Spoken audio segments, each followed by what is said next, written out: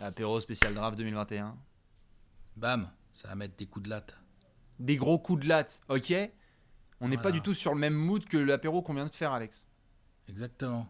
On est sur un mood là un peu plus chafouin. Bah, il faut bien. Ça Tout le tire un peu la monde gueule. ne peut pas faire que des bons coups un soir de draft. Exactement. Dans cet apéro, ça tire un peu la gueule. Vous l'avez vu sur le visuel made by Léonce. On a vécu la draft 2021 tous ensemble hier soir. Vous étiez 1 milliard sur Twitch. Encore merci à celles et ceux qui y sont passés. Merci aussi à tous les copains et toutes les copines avec qui on a discuté sur les réseaux sociaux. C'est la grande messe. Ça y est, elle est passée. Et donc forcément, attention, spoiler alert. On l'a dit dans l'autre apéro, Alex. Dans celui-ci d'apéro, on est tous pas très contents et on dit j'aime pas ce pic, etc. Attention à ne pas ressortir ça dans 3 ans en disant bravo pour cette hot tech de merde. Voilà, c'est ça. Oh bah ça, les hot tech, hein, c'est normal. Hein. Les hot C'est tech, normal. elles peuvent pas toutes être bonnes. Mais par contre, dans cet apéro, Alex, on va essayer d'être bon justement sur notre analyse et notre expertise avec un H majuscule. C'est simple, on se renvoie la balle sur des gros thèmes de ce qu'on n'a pas détesté, mais un peu moins kiffé que ce qu'on aurait aimé, quoi. Ouais, C'est ça ? ouais, carrément. Ouais. Eh bien, en demandant aux gens évidemment de craquer leurs doigts, puisqu'on les attend dans les commentaires, parce que je sais que ça va gueuler sur certains pics, je te laisse le dance floor. Ton premier point, Alex, c'est quoi ? L'Enix. Ah L'Enix. Désolé, l'Enix. Ah Qu'est-ce que c'est que ça? On sort d'une saison là, on est 4ème, il y a des bons jeunes, on est sur du potentiel, on a un coach qui a envie de développer, et nanana. Et là, on avait le pick 19, on avait le pick 21, pas de draft en 19, pas de draft en 21, ça a tradé, pourquoi pas, hein. Donc ça a tradé aux Clippers, je crois, le 21, et puis aux Hornets le 19. Tout à fait. Ça a obtenu des choses et tout machin, mais n'empêche que moi, je suis assez déçu, donc du coup, du résultat assez factuel de cette draft. Ou même si les Knicks, bon, sont peut-être pas en train de jouer le titre de la saison prochaine, il y a encore du boulot, il y a encore du développement et tout. Mais je trouve que deux rookies, vu la densité de talent qu'il y a dans cette draft, deux rookies autour de la place 20, bah, il y en a peut-être un des deux qui aurait pu changer un peu le poste 1 ou le poste 3, quoi, 2-3, grosso modo, ouais. 2-3, ça dépend où tu mets RJ Barrett, quoi, voilà, à réfléchir, mais qui aurait pu changer un peu, apporter du talent offensif. Ouais. On a vu certaines limites offensives d'Enix, pendant les playoffs notamment, et même en saison régulière, on les avait déjà vus. Ouais. Et quand tu vois qu'il y a Josh Christopher en 24, qu'il y a Cam Thomas en 27, qu'il y a Jaden Springer en 28, qu'il y a, je sais pas, même Sharif Cooper, allons-y, Jared Butler, enfin bref, il y a du monde. Donc ça drafte pas en 19, ça drafte pas en 21, tout ça pour drafter en 25 Quentin Grimes. J'ai rien contre lui, je pense que c'est un bon joueur. Je suis allé checker, du coup je connaissais pas bien, donc je suis allé checker un petit peu qui était Quentin Grimes. Il vient des Cougars de Houston, si je dis pas de bêtises. C'est un poste 2, quoi, en gros. C'est un mec qui a déjà expérimenté pour un joueur universitaire, il a 21 ans, donc il va certainement apporter tout de suite. Il est un assez bon scoreur, plutôt slasher, plutôt près du cercle. Enfin, donc son tir peut laisser quelques doutes, on va dire, hein, mais il a des belles qualités, il peut se créer des espaces. Enfin, il sait déjà, c'est un basketteur assez intéressant. Reste à savoir ce qu'il sait réellement bien faire et ce qu'il peut transposer en NBA, et surtout quel est vraiment son poste, parce que c'est clairement pas un 1. Donc ça peut être un 2. Faut voir s'il peut jouer 3, il peut être un peu court aussi pour jouer 3. Donc je sais pas, à moins que peut-être que le front office d'Enix est là en mode non les gars, nous on voulait Quentin Grimes, on pouvait l'avoir en 25, pourquoi se faire chier à drafter en 19, en 21? Non, bien sûr. Mais moi tu m'aurais pris Jalen Johnson en 19 et puis Josh Christopher ou Jaden Springer en 21, bah tu sais que j'aurais trouvé que je te les aurais mis de l'autre côté, dans l'autre vidéo je te les mettais moi. Bien tu vois ce que je veux dire? Donc ça joue à rien.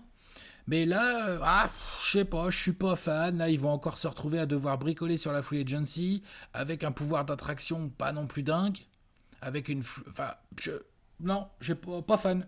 Tu te réveilles ce matin, t'es fan d'Enix, mais ouais. C'est bon. ça. Je pense qu'il y a des fans de New York qui se sont réveillés ce matin ou qui ont vu la draft en direct et qui se disaient bon, 19 et 21. En plus, le scénario qui était le plus mentionné en amont de la draft, c'était si les Knicks peuvent monter.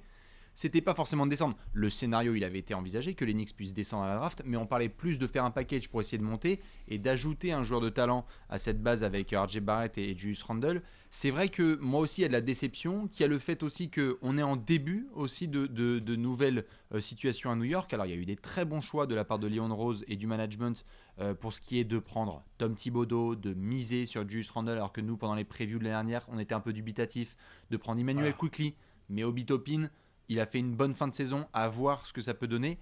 C'est vrai que là, on souhaite, évidemment, en tout cas on te le souhaite, le meilleur évidemment à Quentin Grimes, à Miles McBride, et il y a eu aussi d'autres pics, hein. Je crois qu'il y a eu Rokas Jokubaitis. Il y a le Lituanien, oui, le Lituanien, le meneur, là, c'est un meneur, lui, hein. Mais bon, c'est un second tour. C'est ça. Je dis pas qu'il est pas bon, hein, mais non, mais moi aussi j'étais un peu, tout à fait, moi aussi j'étais un peu. C'est un shooter lituanien au moins. Oui. Moi je parlais plus, ma déception c'est plus le premier tour des Knicks. Ce qu'ils ont fait au second tour, franchement, tu chopes le shooter lituanien et le gars en fin de deuxième tour, je me rappelle plus de son nom, hein, c'est pas Sims. bien, mais. Jericho Sims, je crois. Ouais, Jericho Sims, bon, ok, très bien, pourquoi pas. Mais là, premier tour, je sais pas, non, je trouve ça dommage. Pas hyper inspirant. C'était l'occasion de ramener du talent dans une équipe qui fonctionne déjà pas trop mal, où tu as réussi à garder un noyau. Enfin, tu devrais réussir à garder le noyau. Ouais.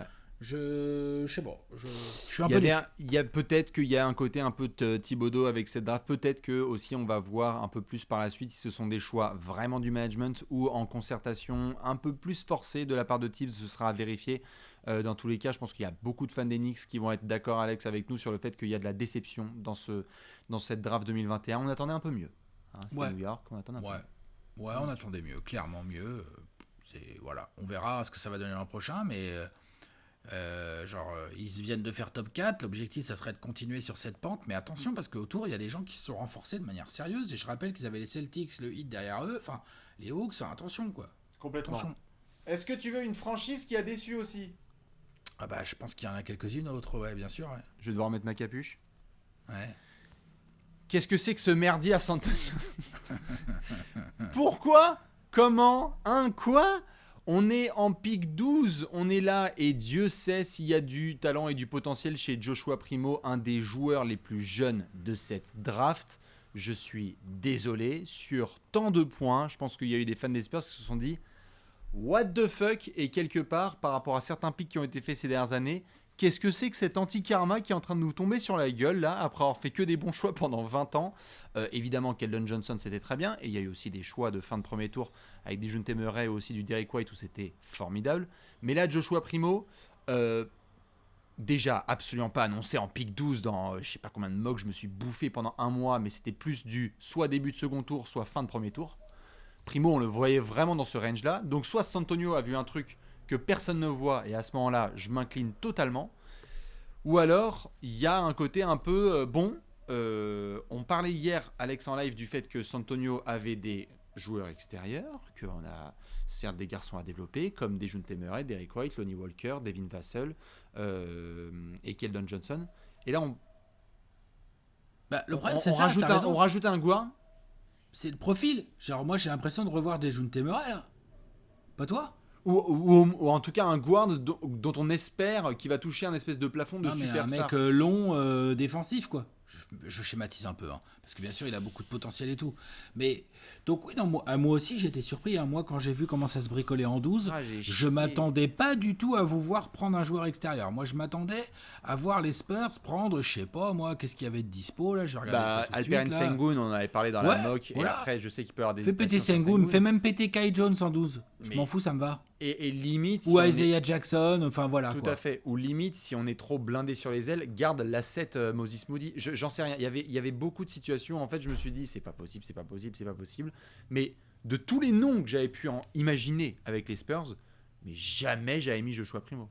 Jamais, à titre perso, je ne l'avais jamais mis. J'avais même mis du Jalen Johnson, qui avait été mentionné en mock 12, du Kai Jones, du tout ce que tu veux, mais pas Joshua Primo. Non, mais même moi, les fois où je me suis amusé à descendre jusqu'à 30 en mock draft, je ne mettais pas Joshua Primo au premier tour. Après, attention, je ne suis pas GM, mais voilà. Pareil. Donc, oui, donc surprise. Et non seulement il y a surprise sur le choix du joueur, mais ça arrive dans les drafts, mais moi, surtout, c'est une surprise sur le genre de potentiel et de fit que tu choisis, quoi. Ou alors, il y a une autre solution, Bastien, c'est qu'en fait, là, ils sont en train de faire un blockbuster trade, ils sont en train d'atteler DeRozan à Dejounte Murray à je sais pas qui, et que vous êtes parti pour de la reconstruction sur des jeunes, et que votre base de reconstruction, c'est Joshua Primo, Keldon Johnson.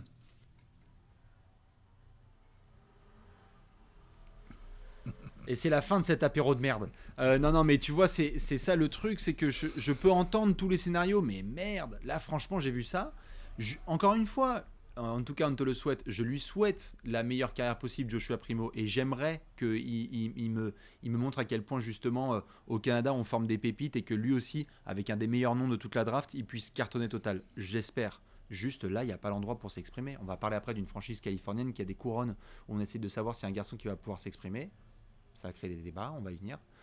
Mais là, je suis désolé, t'es Joshua Primo, tu fais la queue, t'es là genre, je peux jouer. Ah non, je peux pas jouer. Je peux jouer. Ouais, je vais attendre un peu en fait. Parce que là, en effet, soit il y a un blockbuster trade qui se place. Les Spurs sont plus attendus en tant que gros acteurs de la free agency parce qu'il y a du cap space à partir de lundi et que ça va dépenser. Mais j'ai envie de dire, autant parfois il y a des bons choix comme Keldon Johnson, autant parfois je veux bien voir ce qui va se passer avec Lucas Samanic et qu'est-ce qui va se passer là avec Joshua Primo. J'ai absolument pas de feeling en fait là. C'est dur une reconstruction. C'est dur de repartir. Il y a beaucoup de choses à gérer aux Spurs. On le voit, il y a du management qui change. Il y a le management qui a changé. Les choix de joueurs sont plus les mêmes. C'est plus, voilà, c'est compliqué. Ça accumule un peu. On cherche la paire. On croit que c'était des Dejounte Murray. Après, on croit que c'était Derrick White. Puis on ne sait pas trop. Puis Lonnie Walker, qu'est-ce que ça va donner? Et ainsi de suite. C'est normal. C'est pas facile. Hein. Donc là, ça rajoute un. C'est ça. Ça rajoute un meneur. Ouais, c'est un combo garde là. Non, faut être patient. Quoi. Moi non plus, je suis pas convaincu. Hein. Je suis d'accord avec toi. En 12, en plus, ça sera en 24 encore, je dis pas, mais en 12. Voilà, en 12 putain. Enfin, je veux dire, il existe une phrase, je pense assez réelle, et je crois que c'est la phrase qu'on a dû sortir avec Monsieur Cam Johnson, qui depuis nous a pas mal changé la donne en étant un bon contributeur du côté des Suns. Mais on s'est dit, tu sais, le lendemain de la draft, quand on avait fait cette vidéo, on avait dit, il y a tellement de mecs qui sont après Cam Johnson, on va revenir dans 3-4 ans, on va dire, ça aurait été un meilleur choix que. J'espère rien que déjà qu'il puisse faire une Cam Johnson Joshua Primo, je croise les doigts, mais putain il y a des mecs. C'est vrai que c'était pour des raisons différentes parce que le potentiel de Joshua Primo est assez ouf et on doutait plutôt du potentiel de Cam Johnson. Par contre on savait à peu près ce qu'il allait faire. Tout à fait. Voilà, c'est ça le truc. Mais bon oui et non, Cam Johnson a dépassé pas mal d'attentes et puis il apporte son shoot et tout. Je souhaite la même à Joshua Primo, hein, vraiment tous les jours. Voilà pour les Spurs. Vas-y tu peux enchaîner. Les Kings. J'ai fait les Knicks, maintenant je fais les Kings. On reste dans le ton. Simon était vert pendant le live. Moi, j'étais un peu plus mitigé que lui. Puis là, c'est vrai qu'avec une courte nuit, mais quand même nuit de sommeil, bon, c'est vrai que autant j'adore le profil de Davion Mitchell, j'aime beaucoup, je le trouve intéressant, il défend dur et tout, machin. Il peut apporter dans la rotation des Kings où tu te retrouves à tourner avec Tyrese Haliburton et avec De'Aaron Fox. Il a un profil différent, donc moi je pense qu'il peut jouer avec les deux. J'ai pas de problème avec ça. Tu vois ce que je veux dire? Ouais. Je peux avoir Mitchell Haliburton ou Fox Mitchell, Mitchell Fox, là ce que tu veux. Tu l'envoies Mitchell défendre fort sur le meneur adverse. Il a montré beaucoup de belles choses. Il a montré un potentiel offensif pas si minable et une très belle capacité à défendre. En fait, ce qui est plus emmerdant là-dedans, et c'est là où je vais rejoindre l'analyse à chaud de Simon, c'est que encore pire que pour Joshua Primo, il y avait autre chose à faire en neuf. Hein. Ah bah alors là, t'es les Kings, il y avait vraiment un besoin évident sur les postes forwards. D'ailleurs, il y a eu une interview qui est sortie après de... Prends Ziaire Williams, par exemple. Prends Sengun, prends Moses Moody, bien sûr. Prends des gars où tu sais qu'ils vont vraiment te servir tout de suite aussi, mais dans un registre que t'as vraiment pas, quoi. Bien sûr, c'est l'interview notamment, puisque je le disais là, qui est sorti, je sais pas si tu as vu, de Davion Mitchell, très rapide en sortie de draft. En plus, il a pas l'air enflammé pour venir. On lui a dit, vous avez fait un workout avec les Kings, et je crois que sa réponse a été, je vais pas commenter. I don't want to talk about it. Ouais. Après, encore une fois, les workouts, ça c'est toute une histoire, hein, mais... En tout cas, oui, il y a des fans qui sont un peu déçus, c'est normal. Le petit manque d'enthousiasme du joueur. Son profil bien particulier. Ok, il va combler un manque. Parce que défense sur les lignes arrière, côté de nos amis. Défense tout court, déjà. Et sur les lignes arrière, pour soulager un peu des Haliburton et des Fox, c'est pas mal. Mais c'est vrai qu'à mon sens, il y avait des manques encore plus évidents. Surtout que pourrait y avoir des trades. Alors peut-être que c'est des manques qui vont combler avec des trades de Barnes ou de Hill ou quoi, machin. Pourquoi pas, ou Bagley, on verra. Peut-être que Monte McNair a un plan, Bastien. Ah, mais moi, je crois qu'il a un Peut-être plan. qu'il a un plan. Je sais que ça Est-ce que ce plan est bon? Ça, c'est une autre question. Ça, c'est à voir. Mais donc oui, non, en 9, effectivement, on était là en live. Bon, voilà, Simon était bien dégoûté. Et je peux comprendre si les fans des Kings sont pas aux anges avec ce choix. Parce que ça t'offre pas forcément les perspectives que tu avais envie de voir, en fait. C'est ça. En fait, les Kings en soi, moi, je l'ai dit, ce que j'apprécie, on va commencer par le positif, ce que j'apprécie avec ce pick, c'est que au moins ta question sur les guards, elle est réglée. Je ne veux rien entendre là sur les prochaines semaines ou les prochains mois. En plus, tu as fait un transfert pour récupérer Delon Wright récemment, qui avait des questions sur Terrence Davis aussi. Donc, tu as De'Aaron Fox, Tyrese Haliburton et Davion Mitchell. Avec les trois, tu peux avoir une rotation hyper jeune, dynamique, complémentaire avec l'autre Pitbull qui peut défendre. Je trouve ça pas mal. On a déjà vu des joueurs comme Marcus Smart qui a été drafté dans le top 10 de la draft et il n'y a pas à se plaindre. Je veux dire, Marcus Smart, je crois que c'est un top 6 de draft et c'est comme ça et Boston en est tout à fait content. Après, c'est pas non plus un multiple All-Star, mais ce que j'aime bien, c'est qu'au niveau identité, tu as parlé de défense, tu as parlé de plein de choses dont les Kings ont besoin. On a rigolé hier en live parce que Sacramento arrête pas de diffuser le message. On veut être sérieux, la saison prochaine on veut être sérieux. Je suis désolé, si tu prends Davion Mitchell, il y a un peu de sérieux. C'est sérieux. Je suis d'accord, c'est un joueur sérieux. Parce que tu vas défendre, parce que c'est sérieux et parce qu'il apporte une éthique de travail apparemment qui est hors norme. Et donc, c'est bien d'injecter ça dans ton groupe. Maintenant, j'avoue que sur l'ensemble de la soirée, tu étais en train de peut-être pas trinquer, mais tu te disais on va peut-être avoir le pic des Lakers en 22, plus peut-être un test sur Kyle Kuzma et Montrezl. Tu te les fais prendre par les Wizards qui en fait ont envoyé Russell Westbrook. Donc déjà, tu te retrouves avec Buddy Hield. J'aimerais pas être dans la conversation WhatsApp de Buddy Hield et Monty McNair, si tu vois ce que je veux dire. Non. Parce qu'à mon avis, Buddy Hield, l'autre il doit être là genre, les gars, moi j'étais à l'aéroport, moi j'avais déjà regardé les prix des loyers à Los Angeles, qu'est-ce que vous me faites chier là? Et au lieu de ça, je retourne à Sacramento. Il faut gérer le cas Buddy Hield, parce que là, avant la rentrée, sinon ça va être l'explosion totale. Et en effet, tu peux t'attendre à un peu plus de forwards. Bon, je suis d'accord que c'était au deuxième tour, tu as été chercher Keita, le portugais. La communauté portugaise va rejoindre les Kings. Bon, tu vas récupérer la communauté portugaise au niveau du supporting cast, ça c'est pas mal. Hein. Tout à fait. 4h30 du matin, on leur dit les matchs. Ouais, par contre, voilà. Et je sais pas s'ils sont prévenus. Je sais pas s'ils sont prévenus par le niveau des Kings aussi. Mais bon, Neemias Queta, pour celles et ceux qui connaissent pas, c'est un pivot. Hein. Il fait genre 2m15, il fait genre 100 kilos. Enfin, c'est un beau bestiau. Il est très très long, il a des grands bras et tout. Ils vont le kiffer. Là, t'as amené de l'intérieur, t'as amené un côté protecteur de cercle, un côté rebond, un côté finition. J'ai pas vu assez d'images de lui pour savoir un peu ce que ça vaut, mais ce qui est sûr, c'est qu'avec sa taille, son envergure et tout, il pourra au moins ramasser du lob, et s'il apprend à rouler, ne serait-ce que correctement, il devrait pouvoir jouer à côté d'un Tyrese Haliburton ou d'un Davion Mitchell, qui est plutôt un bon passeur. Donc, et Fox aussi, bien évidemment. Hein. Donc voilà, c'est pas tout mal.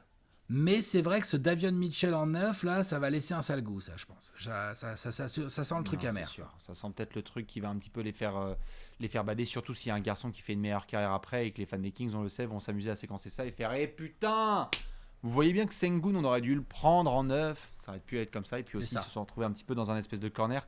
Je pense que même ils ne savaient pas s'ils allaient conserver le pick 9 toute la soirée parce qu'il y avait eu des rumeurs ces derniers jours. J'ai une question à te poser. Vas-y. Et j'ai une question à te poser à une grosse fanbase.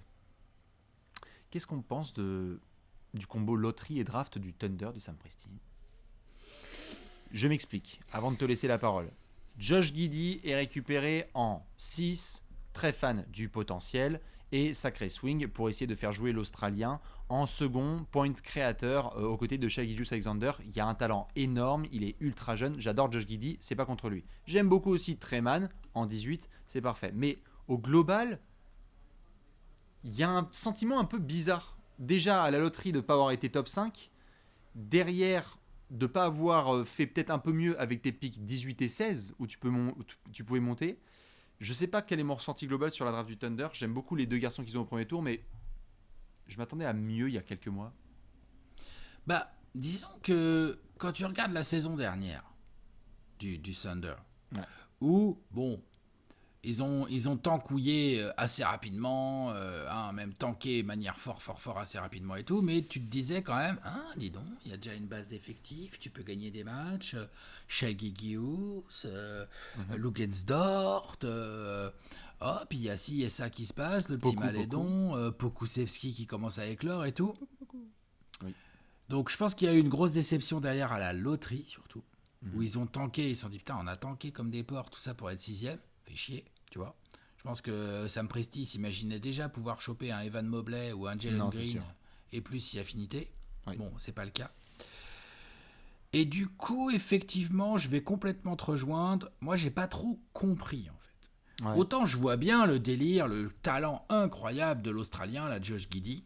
J'ai quand même l'impression qu'en 6, faut voir. Quand même sacrément haut. Mais oui, effectivement, faut voir parce qu'il va amener de la création. Il va amener beaucoup de choses. Après, en fonction de son poste, c'est quoi? Comment tu le fais jouer avec Shai et Lugensdort, lui?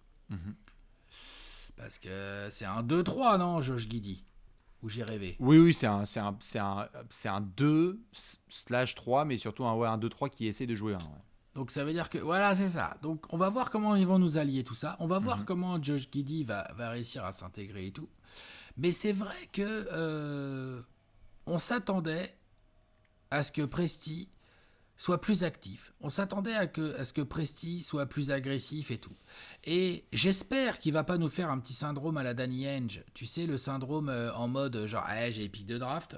Mais oui, super, merci. Et tu draftes bien. Tu draftes des vrais potentiels. Mais elle fait quoi comme résultat ton équipe en fait? Ça, Et ça...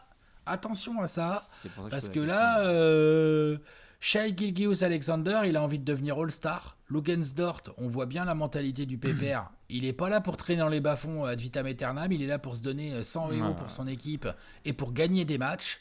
Donc pour ça, il va falloir des joueurs de calibre. Alors ok, il y a eu le trade, on va voir ce qui se passe avec Kemba Walker, mais tu as lâché Horford, donc c'est quoi ta raquette? Enfin, il y a énormément de questionnements autour du Thunder, et en fait, pas grand-chose n'a été... solutionné, c'est peut-être un grand mot, mais tu vois, il n'a pas répondu à grand chose en fait sur cette soirée de draft. Non, bien sûr. Et c'est pour ça que je posais la question. Après, si ça se trouve, il y a des fans du Thunder qui vont être les premiers à vouloir nous dire Théma, le niveau au bout de 3 ans de Treman qui est énorme en termes de talent offensif du côté de Florida, et pareil pour Josh Giddey s'il atteint son plafond. Ce que j'aime bien, c'est le côté big swing, c'est-à-dire quand on est le Thunder. Tu as une multitude de pics de draft. Heureusement qu'ils n'ont pas pris quelque part des gars avec des plafonds plutôt limités. C'est-à-dire que là, vraiment, on a dit ok, il a 18 ans, Josh Giddey, donc rien que déjà, rendez-vous dans 4 ans, il n'en aura que 22 de piges, tu vois. Donc, il y a toute la marge pour le faire travailler. Mais c'est ce côté un peu, malheureusement, le terme, j'y pensais la dernière fois, c'est un peu la lotérite aiguë. Il a une lotérite aiguë, l'ami Sam Presti, parce que là, il vient de nous récupérer. Tu parlais de secteur intérieur. Il vient de récupérer Derek Favors avec un futur. Premier tour de draft qu'il a essayé de notamment récupérer, ou en tout cas un futur pick de draft de la part de Utah, si je dis pas de bêtises, pour se débarrasser de Derek Favors.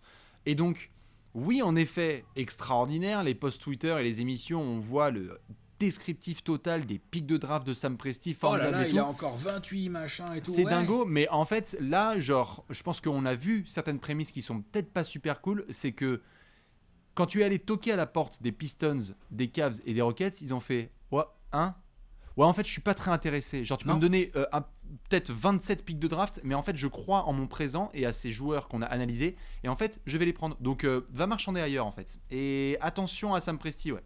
Ouais, parce que l'expérience récente, en plus, montre que plus ça va, plus les choses vont vite en NBA, plus ça va. Avant, on disait le futur, c'est 3 ans. Maintenant, c'est 2 ans. C'est 6 mois. Ouais, j'exagère un peu, mais voilà, c'est vraiment ça. Bien sûr. Et donc, l'expérience récente montre aussi que les équipes, même sur les petits marchés, elles peuvent se construire en travaillant évidemment à la draft, mais aussi en ayant les baloches de temps en temps de faire péter des gros packages pour envoyer du lourd en termes de talent et de potentiel, mais pour récupérer le joueur qui va changer tes résultats. Ouais. Alors aussi, peut-être que Sam Presti a essayé et puis que les opportunités se sont pas... Enfin, tu vois, genre on a parlé des Warriors qui ont essayé de trader, ils n'ont pas réussi. Enfin, tu vois, Sam Presti, il a le droit aussi d'avoir tenté des trucs et ça n'a pas marché. Bien sûr. Juste là, du coup, cette draft, on se dit, ok, oui, potentiellement dans 5 ans, Josh Giddey met 5 ans, il y aura qui? Ça se trouve, Shai Gilgeous, entre-temps, il aura dit c'est bon, j'en ai ras le cul, moi. Il y a tu déjà vois, 2 coachs. je me Ouais, casse. non, c'est... Voilà. C'est vrai que c'est Tradez-moi, un peu... s'il vous plaît, je veux rejoindre Jason Tatum et Jalen Brown à Boston. Merci, au revoir. C'est Tu ça, vois il faut Et faire gaffe. là, Ouais. Non, bien sûr, il faut faire gaffe. Et d'ailleurs, ça me permet évidemment de faire un petit parallèle parce que à Philly, ils essayent de compléter ce qu'on appelle le process. Quand ils l'ont démarré il y a plus d'une décennie avec Sam Hinkie. Spoiler alert, il n'y a pas un Joel Embiid qui tombe à la draft tous les ans. non, Et, et puis même quand il y a un Joel Embiid qui tombe, bah, c'est pas pour ça que tout t'es à champion, fait. en fait. Et quand Joel Embiid, si je dis pas de bêtises, était drafté, on était sur un autre système de la loterie. Donc ça veut dire que les probabilités, elles n'étaient pas aussi équilibrées. Là maintenant, il peut se passer ce qui s'est passé là, c'est-à-dire, les gars, on a une chance d'avoir un pick 1 et de récupérer le pick des Rockets et d'être dans le top 5. Bah non, en fait, t'es en 6 et en 16-18 en fait. Point barre. C'est comme ça. Et nous, on est les Raptors et on draft en 4. Et tu te fais passer devant, tout à fait. Ouais. Et en fait, dans 2-3 ans, tu regardes et tu fais damn it, on a peut-être tanké comme des porcs, mais en fait, le top 4 de la draft est vraiment super fort. Et on souhaite que Josh Giddey ça cartonne, mais je suis plutôt content qu'on soit sur le même avis là-dessus, Alex, parce que attention, Sam Presti, là, c'est pas le Oklahoma City Pick Thunder, c'est vraiment le Oklahoma City Thunder, et ce serait bien de bien les utiliser ces picks avant de devenir une nouvelle tout à fait Danny Ainge, en attendant de voir ce qui va se passer avec Tatum et Brown. Tu as un dernier petit point ? Oui, la diffusion télé, pas Beansport. Le copain Rémi a graffé le taf comme d'hab. Bien sûr. C'est pas eux qui gèrent les images, on le sait. Ce sont des images qui sont fournies par la NBA. Je crois que c'est ESPN. Ouais. Mais en fait, au-delà même de la diffusion télé, c'est pas vraiment la production ou quoi. C'est de la prod américaine, c'est magnifiquement bien produit et tout. C'est pas vraiment le sujet et tout. C'est plus de la NBA. Là, il va être temps qu'ils nous renouvellent un truc là.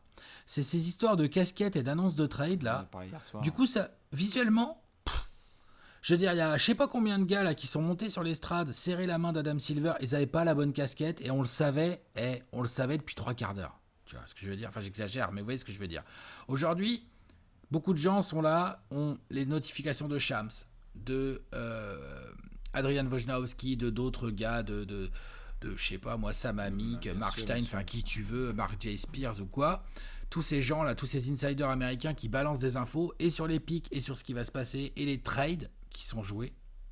Et donc du coup, il y a un côté un peu oui, bon, on n'est pas sûr, faut que le trade soit validé. Oh, ça va quoi, tu vois, genre ça arrive combien de fois que le trade il soit annoncé comme ça et qu'on dit c'est officiel et qu'il se fasse pas? Ça arrive quasiment jamais. Ça peut arriver, hein. Si t'as Blake Griffin et Chris Paul qui viennent rechercher DeAndre Jordan à Dallas, là, ou je sais pas quoi, mais c'est quand même extrêmement rare. Et donc, du coup, moi, je trouve que ça gâche un peu le côté... L'intérêt, il est où l'intérêt de la diffusion, en fait, du coup? Ouais, on regarde les costards des gars, bon, bah voilà, mais alors le gars, on sait qu'il a pas la bonne casquette, enfin...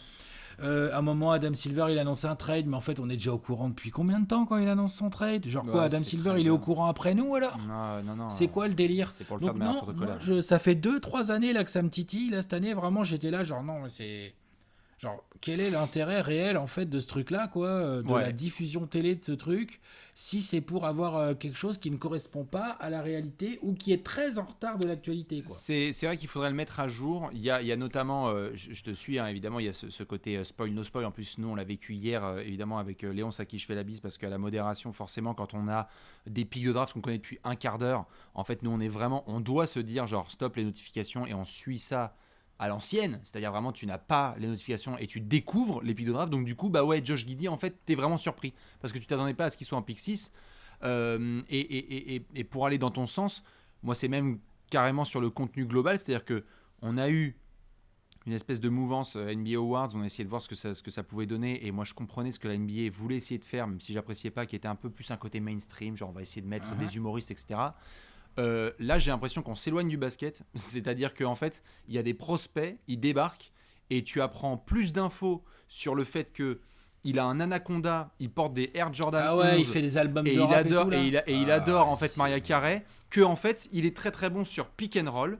En fait il vient d'un tel cursus universitaire, tu vois, je trouve que parfois au niveau de la façon dont les prospects sont présentés, il y a un côté un peu trop forcé de la NBA qui est genre on adore les millennials et donc on va aller les chercher avec le fait que le mec il porte du Under Armour et en fait bah ouais, mais en fait je m'en bats les couilles de savoir si t'aimes le tricot ou si tu fais du piano. Patrick Williams, c'était l'année dernière, on s'était tapé des barres sur le fait que Patrick Williams joue du piano.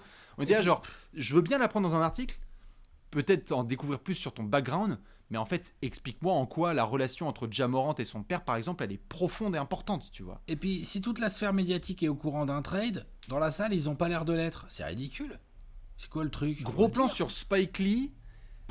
Sur le pic 21, alors qu'on sait Ouais, depuis un quart d'heure c'est qu'il pas part aux lui. Clippers. Il Donc est ils sont pas là, pour Keon lui. Johnson. Ouais. Bah non, les gars. fuck Enfin, non, ouais, je suis d'accord. Donc là, Ouais. du coup, je trouve que ça enlève beaucoup de choses à cette cérémonie et qu'elle devient genre très intéressante à suivre et à commenter pour nous. Bien Mais sûr. en fait, nous et les gens, j'en voyais dans le chat aussi qui parlaient de ça, à regarder l'effet visuel ou quoi, bah franchement, c'est quoi? Ça va devenir un truc de radio en fait, ce truc. Tu vois, genre, ça n'a aucun intérêt à regarder. C'est naze. C'est naze. Non, mais oui. Après, voilà. c'est évidemment. Après, c'est Donc, les images qui deviennent mythiques. Hein. Ouais, bah des images mythiques, sauf qu'en fait, il y a combien de mecs qui n'ont pas la bonne casquette là quand ils serrent mais la main du bien commissionneur? sûr. Bah, c'est ce que Bah je moi, disais je suis hier soir, désolé, hein. elle est pas mythique l'image. Ouais, bien sûr. Bah, c'est ce qui fait que Luka, tu sais, je te le disais hier soir, c'est ce qui Voilà. fait que Luka porte pas la bonne casquette, que c'est du coup Luka Doncic sa draft, c'est avec la casquette des Hawks, ça fait des montages après parce que c'est marrant, mais bon. Non, mais dans les années Ah. 90, où les mecs pouvaient planquer un peu leur trade et on savait pas et tout Ouais. machin, Kobe il monte sur l'estrade, il a la casquette des Hornets. Tout à fait. Ok, pourquoi Bien sûr. pas? Pourquoi pas? On peut dire éventuellement tout le monde dans la salle et puis même dans les médias, on savait pas trop et tout, nanana, les Lakers. Ok, mais pardon, mais enfin là, Ah. qui n'était pas au courant en fait? Tu vois, Ah ouais, genre. toute la salle est au courant. Tout le monde a les téléphones, t'es en 2021, t'as les notifications qui sont ouvertes, normalement c'est le cas. Je suis d'accord. J'aimerais bien voir notamment comment ça va se passer avec la draft de la semaine prochaine. Content quand même que cette fois elle n'ait pas été dans les salons de chacun, parce que l'année dernière on était un peu en visio, hein. C'était normal, hein. C'était la draft 2020, on était tous un peu à distance. Tu sais, avec Bah oui. Anthony Edwards qui est dans son salon, enfin bref, c'était sympa, mais là au moins content de retourner au Barclays Center, mais c'est vrai qu'au niveau du contenu, il y a un truc à faire. Bof, pas terrible. Je suis d'accord. Je termine avec un dernier point évidemment. Mon cher Vas-y. Alex, tu le sais que je suis particulièrement attaché à ça, ou pour ceux qui ne le savent pas, je comprends qu'aux États-Unis notamment, on se dise attention, spoiler, c'est pas une phrase de pervers, mais genre attention, il n'a que 18 ans ou il a que 19 ans. En fait, je comprends cette histoire parfois de potentiel et de te mettre un plafond et de te dire peut-être que j'ai 4 ans pour le développer. Mais en fait, s'il y a un mec qui est bon à 20 ans, pourquoi tu me fais chier à en fait le drafter plus bas alors qu'on sait qu'il est bon? Il y a des mecs qui sont bons, qui peuvent contribuer tout de suite en NBA, qui ont un rôle défini. Je m'en tape de savoir si c'est un mec de 21 ans, de 22, de 23 ou de 24. On sait déjà que Chris Duarte, il va être bon. On sait déjà que Davion Mitchell, il va être bon. Je comprends que tu te dises, bon, peut-être que pour un Jonathan Kuminga ou pour d'autres garçons, le fait qu'il ait 4 ans de moins peut te permettre d'explorer le plafond. Tout à fait. Mais si ça se trouve, en fait, bah, t'as pris ce risque. Je le comprends tout en haut de la draft. Mais il y a, je trouve, beaucoup de garçons, notamment dans cette draft, qui ont été sélectionnés un peu plus bas parce que tu regardes leur âge et que tu t'es dit, oh là là, c'est très américain ça, hein. Je préfère prévenir, c'est très américain, ils voient le truc et ils se disent, lui il a 18 ans, lui il a 19 ans, on va prendre le mec de 18.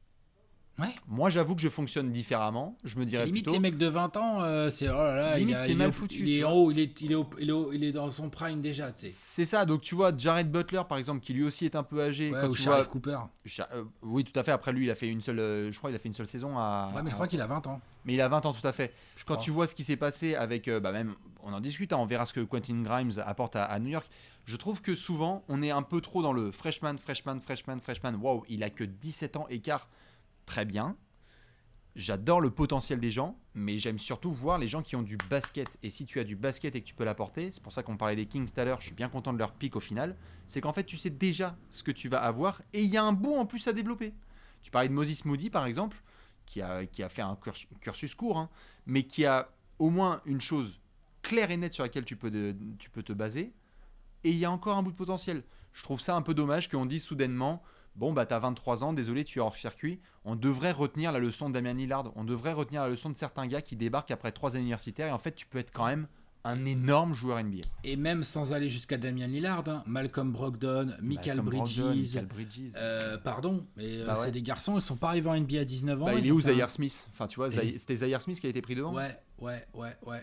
Donc non, bien sûr, ça je suis d'accord avec toi, cette espèce de règne de l'âge pour déterminer le potentiel Ouais, ça me fait chier. peut avoir ses limites, hein, clairement. Je suis Quand je vois à Atlanta, tu vois qu'on nous a clashé parce que DeAndre Hunter avait été pris en 4 parce que il a eu une année red shirt et qu'ensuite il a fait son cursus à Virginia. Bah moi je suis bien content de l'avoir aujourd'hui parce que le mec, Ouais. ok peut-être qu'il a quelques années de moins qu'eux, mais on sait déjà sur quoi on va pouvoir compter. Donc c'est juste une petite dédicace aux aux seniors ou juniors ou autres qui vont débarquer en NBA en étant un peu plus, un peu plus âgés, je pense que tu peux faire ta place en NBA et pas obligé d'être en fin de premier tour.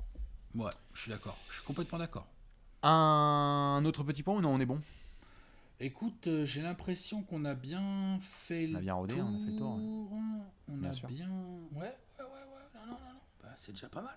Tout à fait. Et évidemment, s'il y a des franchises qui disent on n'a pas parlé de nous, on aura l'occasion de reparler des Grizzlies, des Celtics, de Neussèche, de machin et de tout par rapport à leur sélection.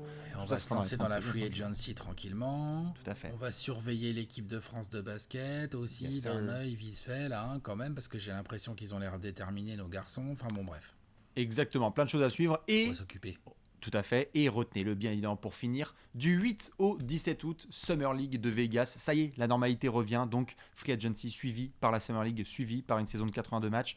Tous les garçons dont on vient de parler sur la draft 2021, vous allez pouvoir en retrouver la plupart à la Summer League de Vegas. Alex, on va évidemment laisser les gens, leur faites des gros bisous. Dites-nous ce que vous pensez de cette draft 2021, que ce soit en positif dans l'autre vidéo ou en négatif. Et on se retrouve très vite sur la chaîne YouTube Trash Talk. Ciao, à très vite. Bisous. Bisous. Ciao. Ciao.